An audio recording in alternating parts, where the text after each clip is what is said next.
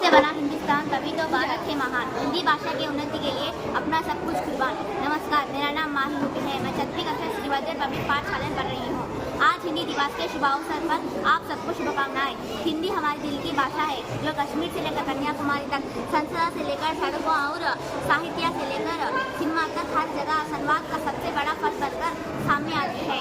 हिंदी का 14 सितंबर 1949 को संविधान सभा ने ये निर्णय लिया था कि भारत का राजभाषा हिंदी है। तब से हम 14 सितंबर को हिंदी दिवस मना रहे हैं।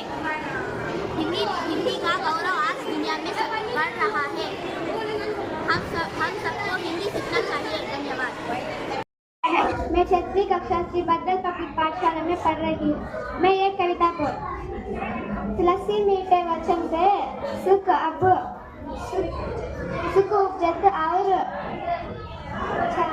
छालो और वसीकरण एक मंत्र परिहरण बसंत कट भाव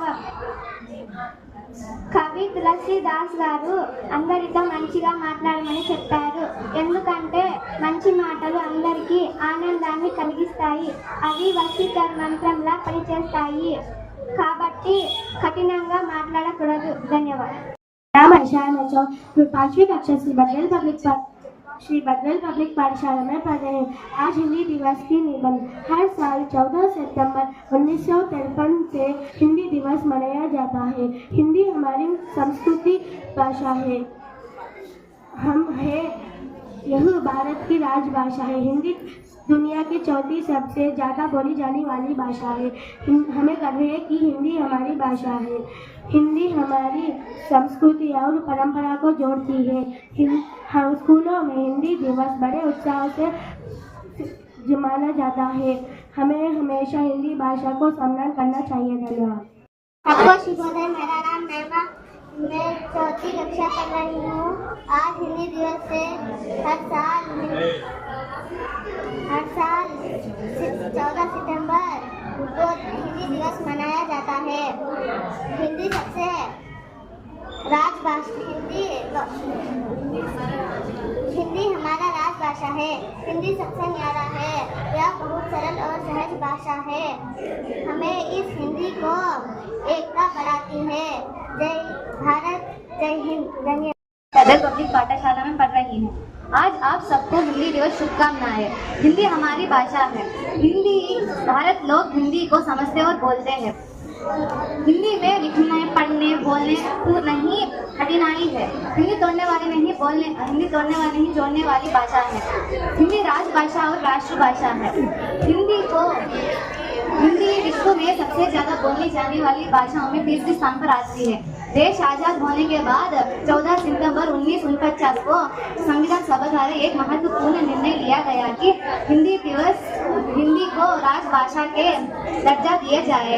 भारत में भी नहीं बल्कि विदेशों में भी हिंदी को पढ़ी और बोली जा रही है।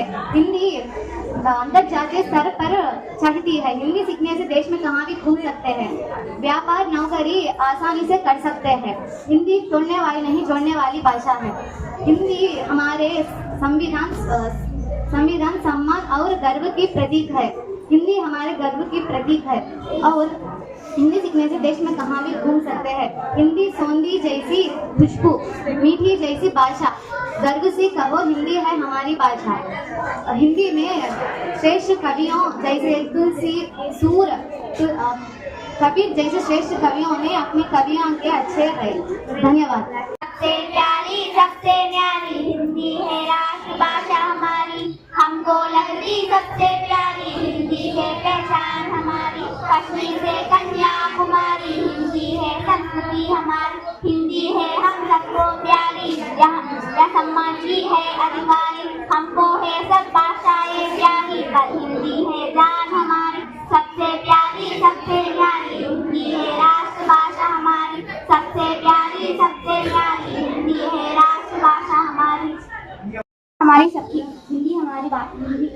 हिंदी से बना हिंदुस्तान तभी तो भारत है महान। हिंदी भाषा की उन्नति के लिए अपना सब कुछ कुर्बान। नमस्कार, मेरा नाम माही मुबीन है। मैं 6वीं कक्षा श्रीवर्धन पब्लिक पाठशाला में पढ़ रही हूँ।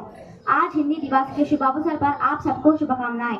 हिंदी हमारी दिल की भाषा है जो कश्मीर से लेकर कन्याकुमारी तक, संसद से लेकर सड़कों तक और साहित्य से लेकर सिनेमा तक हर जगह संवाद का सबसे बड़ा फल बनकर सामने आती है। 14 सितंबर 1949 को संविधान सभा ने ये निर्णय लिया था कि भारत की राजभाषा हिंदी है। तब से हम 14 सितंबर को हिंदी दिवस मना रहे हैं। हिंदी का गौरव आज दुनिया में बढ़ रहा है। हम सबको हिंदी सीखना चाहिए। धन्यवाद। जन जन की भाषा है हिंदी। भारत की आशा है हिंदी। भारत की एकता है हिंदी। भारत की शान है हिंदी। आप सबको सर्वप्रथम 14 सितंबर को मनाने जाने वाले सबसे पहले हम 2 दिन के पहले ही हिंदी दिवस मना रहे हैं। आप सबको हिंदी दिवस की शुभकामनाएं। यह 14 सितंबर 1949 को मनाया जाता है। देखिए, सबसे पहले हम हिंदी दिवस क्यों मनाते हैं? మనం हिंदी दिवस ఎందుకు సెలబ్రేట్ చేసుకుంటాము? हमारी రాష్ట్రీయ భాష హిందీ ही क्यों है?